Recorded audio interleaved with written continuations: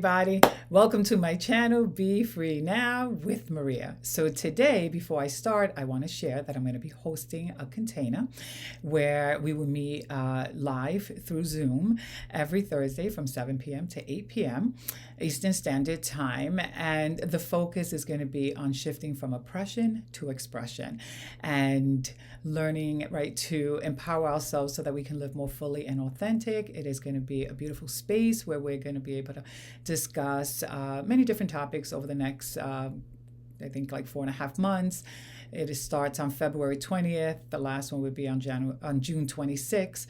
And we're going to be discussing topics such as forgiveness, self-love, shame, guilt. Every week would be a different theme. It's a pay as you go. So there are no commitments. When you can show up, you can register and join us. It's going to be a beautiful time and a very sacred space where we can grow together. So yes, with that said, and all the information actually before I move on is going to be on my website. That's where you register, and that information is in the description below. All right, so now moving on. Today, I am in the mood for this deck right here, The Untethered Soul by Michael A. Singer. Here are the cards. I'm just going to shuffle them real quick and see. Let's see what jumps at us today and what we can discuss. Okay, you know what? Hold on. Oh boy, they got a little sloppy, but let's see. This one here is popping out and calling me, so let's see. We're going to take it. Oh, awakening consciousness. Perfect. It says, most of life will unfold in accordance with forces far outside your control, regardless of what your mind says about it.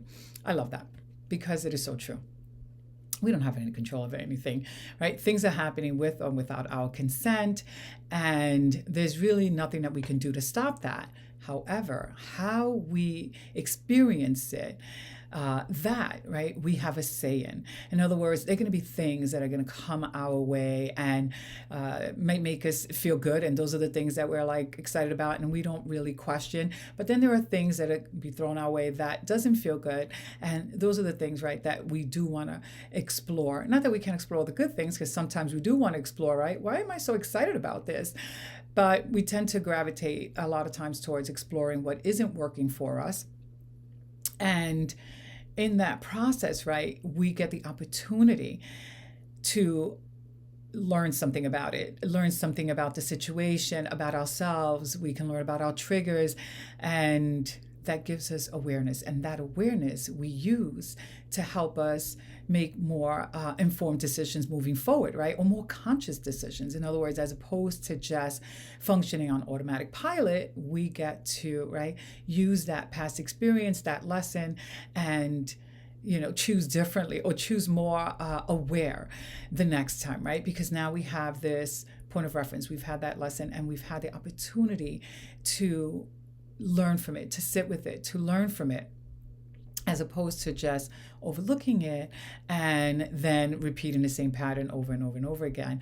And so we have that privilege to be able to offer that to ourselves, to give ourselves that time. And notice I said a privilege, because a lot of times it can feel like work, but it's not work.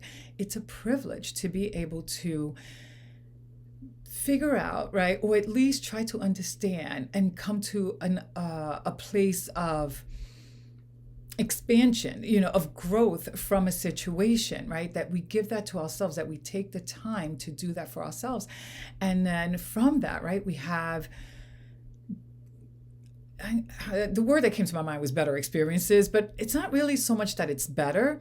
It's like, I'm going to say healthier. It's like we can make choices that are healthier for us and more in alignment with ourselves and with what we want, as opposed to functioning on automatic pilot. So that's why that's important, and it is a privilege, because functioning on automatic pilot, it's okay, or at least we get away with it to a certain extent, in our younger years. But, as we are, maturing, getting older, and living life, right, in a more responsible capacity, we want to be able to have that, right, to gain that wisdom from these experiences and from the things that are happening that are out of our control and disturbing us as well. And we want to be able to cultivate a sense of safety no matter what's happening. And that is a spiritual thing, right? We're not gonna, or a quantum energy thing, but however we want to view it. But I'll stick with the word spiritual because I think it is more adaptable.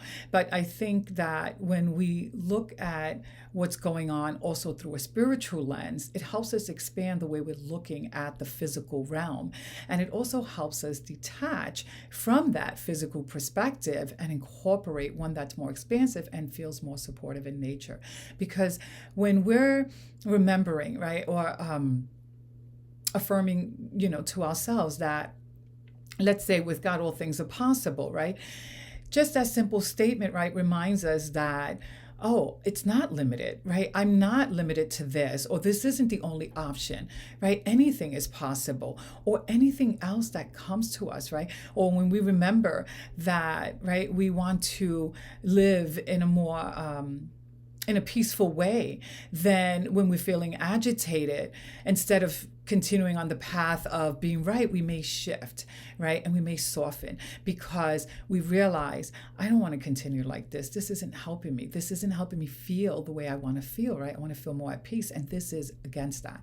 So I'm not really serving myself. I'm not helping myself in this way. So I choose to shift, right? So it's these things that when we remember them, when we align with, right, something more, I'm going to say wholesome because it came to my mind, more expansive, right? More divine in its nature, then we create even a bigger shift, right? And then we shift from being so focused on what we couldn't control and what was upsetting to us to cultivating an experience that feels more comfortable and more supportive and more secure in nature, because we're remembering, right, that we're not alone, that we are connected. And when I say connected, really one with, a part of something bigger than we can see, touch, taste, and feel. And that in itself creates a shift for us and opens us, right? It puts us on a different path, which then, right, can open up to a bigger and more comfortable, I'll say, emotionally comfortable path for ourselves, as opposed to being completely, captivated and held hostage by what we don't have any control over. We learn to shift into acceptance and moving with what is and creating what we want from an intentional space by remembering that we're not here alone, right? And that we are bigger than what we can see, touch, taste, and feel and smell.